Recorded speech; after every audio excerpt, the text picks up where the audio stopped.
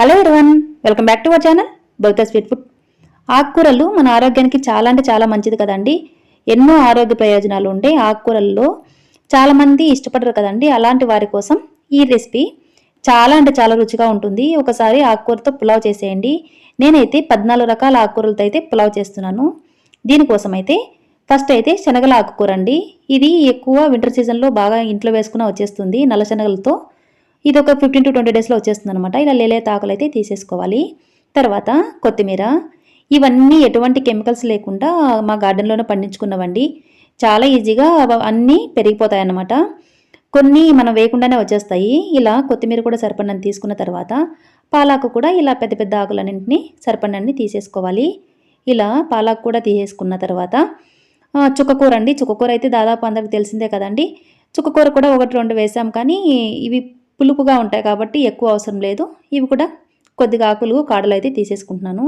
తర్వాత పులిచింతకూర, ఇది మనం వేయాల్సిన అవసరం లేదండి. వాటింతకు అవే వచ్చేస్తాయి. ఎక్కువగా ఖాళీ ప్లేసుల్లో కూడా పల్లెటూరులో ఎక్కువగా కనిపిస్తుంటాయి కదా, ఖాళీ ప్లేస్లో కూడా వచ్చేస్తుంటాయి.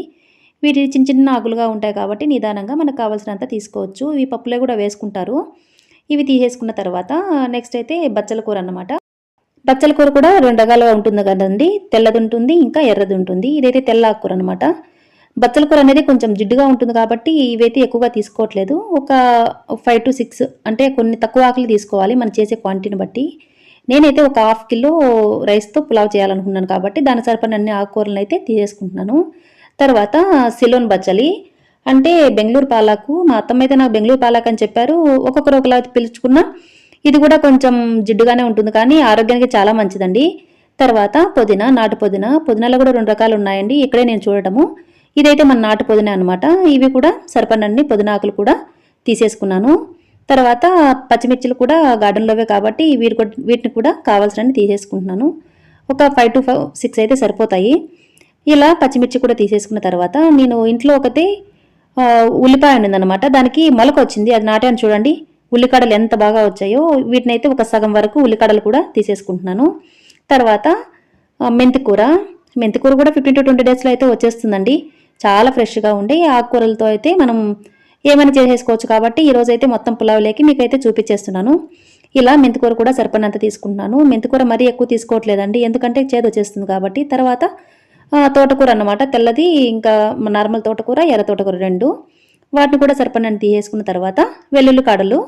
ఇలా వెల్లుల్లి కూడా వేసేసుకున్నాం కాబట్టి ఇవి కూడా సరిపడినన్ని కాడలు అయితే తీసేసుకుంటున్నాను.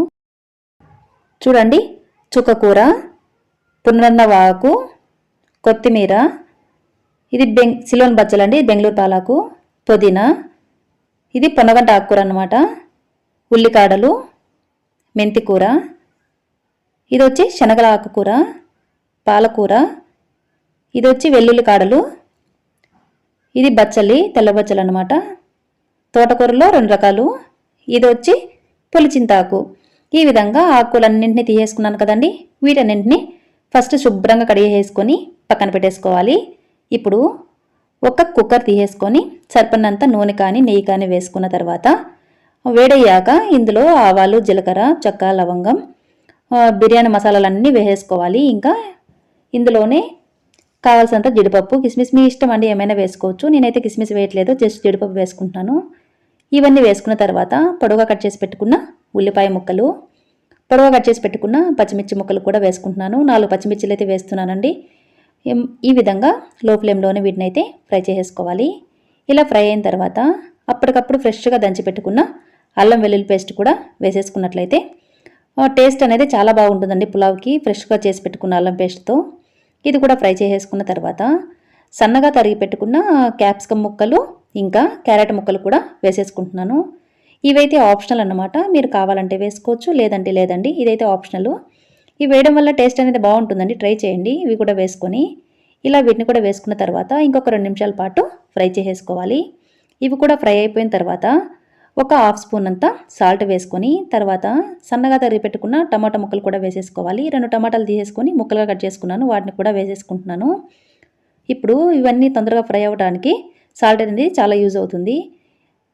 ఫ్రై అవ్వడానికే కాదండి, ముక్కలు కూడా బాగా పట్టేస్తుంది కాబట్టి ఉప్పు, పులావ్ అనేది చాలా రుచిగా ఉంటుంది. ఇవి ఫ్రై అయ్యేలోపు ఆకుకూరలన్నింటినీ శుభ్రం కడిగి పెట్టుకున్నాను కదండి, వాటిని అయితే సన్నగా తరిగేసుకోవాలి. ఇంకొక విషయం ఏంటంటే చాలామంది ఆకుకూర ఫస్ట్ తరిగి కడుగుతుంటారండి. అలా చేయకూడదు. ఫస్ట్ ఆకుకూర కడిగిన తర్వాత మాత్రమే సన్నగా తరుక్కోవాలి. ఈ విధంగా ఈ టమాటా ఫ్రై అయ్యేలోపు ఆకుకూరలు కూడా తరిగేసి పెట్టుకున్నాను. ముందుగా కాకుండా అప్పటికప్పుడు తరిగినట్లయితే ఆకుకూర అనేది టేస్ట్ చాలా బాగుంటుందండి. ఇప్పుడు చూడండి టమాటా ఇవన్నీ బాగా ఫ్రై అయిపోయాయి కదా! ఇందులో అయితే తరిగి పెట్టుకున్న ఆకుకూర మొత్తం అన్నింటిని వేస్తున్నాను. పుదీనా కొత్తిమీరతో సహా మొత్తం అన్నింటిని ఒకేసారి వేసేసుకుంటున్నానండి. ఇప్పుడు ఇవన్నీ వేసుకొని లో ఫ్లేమ్‌లో ఇంకొక 5 నిమిషాల పాటు వీటినైతే ఫ్రై చేసేసుకోవాలి. ఈ విధంగా పచ్చివాసన పోయి ఆకుకూర మొత్తం బాగా ఫ్రై అయ్యి దగ్గర పడేంత వరకు ఫ్రై చేసుకున్న తర్వాత ఇందులో అయితే ఒక హాఫ్ స్పూన్ అంతా గరం మసాలా, చిటికెడు పసుపు, ఇంకొక స్పూన్ అంతా సాల్ట్ వేసుకుంటున్నాను. సాల్ట్ ఆల్రెడీ మనం వేసుకున్నాం కాబట్టి సరిపడినంత చూసి వేసుకోవాలండి. ఈ విధంగా మొత్తం అన్నీ వేసుకున్న తర్వాత ఇంకొక నిమిషం పాటు ఫ్రై చేసుకొని తర్వాత ఒక హాఫ్ అన్ అవర్ ముందే నానబెట్టుకున్న బియ్యంలో నేను 1 కప్పుకి 2 కప్పులన్నీ వాటర్ పోసి నానబెట్టుకున్నాను. వాటిని మొత్తం అంతా పోసేసుకొని ఉప్పు చెక్ చేసుకున్న తర్వాత మూత పెట్టేసుకొని హై ఫ్లేమ్‌లో ఒక విజిల్, లో ఫ్లేమ్‌లో ఒక విజిల్ వస్తే సరిపోతుందండి. గుర్తుపెట్టుకోండి. హై ఫ్లేమ్‌లో ఒక విజిల్, లో ఫ్లేమ్‌లో ఒక విజిల్ వచ్చిన తర్వాత స్టవ్ ఆఫ్ చేసేసుకొని ఒక 10 నిమిషాల పాటు అలాగే వదిలేయాలండి. తర్వాత విజిల్ మొత్తం పోయిన తర్వాత మూత తీసి చెక్ చేసుకోవాలి.